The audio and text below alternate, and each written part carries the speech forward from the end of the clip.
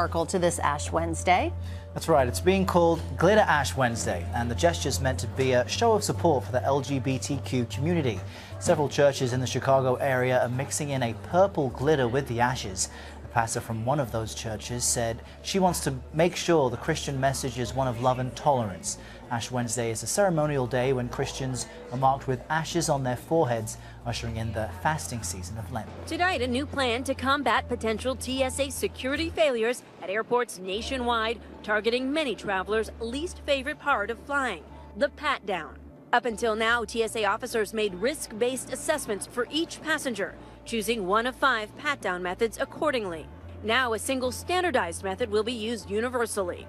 Long-standing policy includes the head, neck, arms, torso, legs, and feet, and sensitive areas such as the breast, groin, and the buttocks, requiring sufficient pressure to ensure detection.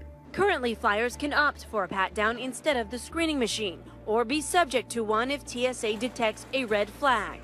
If you're an average traveler, like most of us, we know we're not guilty of carrying anything, but they don't know that. The new policy comes 2 years after a damaging report that found major security lapses across the country. Weapons and other hazardous materials made it past screening in 95% of tests conducted. According to Houston police, the 2 young men shown here kidnapped, sexually assaulted, and shot a 15-year-old girl, sacrificing her in the name of Satan. I think they're just distraught that they've lost their daughter. In court Thursday, the accused killers smiled and waved for the cameras. From Texas to New York to Virginia, officers are dealing with a rash of murders attributed to a resurgent MS-13, a notoriously violent street gang. First reported decades ago in Los Angeles, the gang now has thousands of members in at least 42 states, according to the FBI. Most are Salvadorian nationals or first-generation Americans. Also on Thursday, Robert Capers, U.S. Attorney for the Eastern District of New York, pinned 7 murders on MS-13, including the killing of 2 teenage girls with baseball bats and a machete. Evelyn Rodriguez lost her daughter. This day is a celebration, but also a sad day. Last month in Northern Virginia, more than half a dozen alleged MS-13 members were arrested after a double murder, and according to law enforcement, most of the suspects arrested in these recent cases were in the country illegally.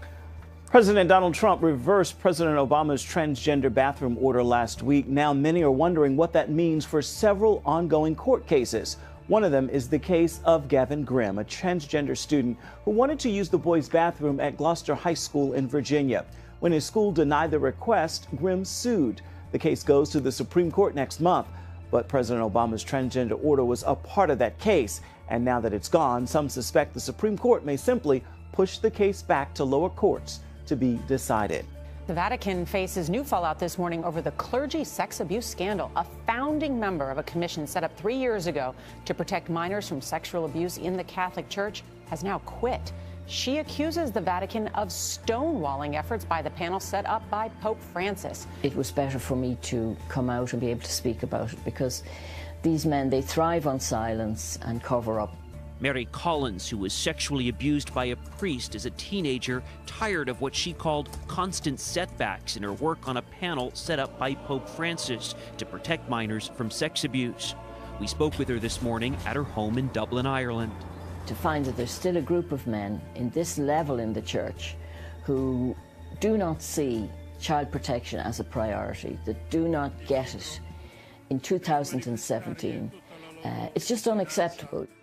In her resignation letter, Collins wrote she believes the Pope is sincere in his efforts, but the resistance by some members of the Vatican Curia, or church administration, has been shameful. Sometimes I feel the Pope does make mistakes. He's badly advised, but you're dependent in that position, I think, on those around you for advice.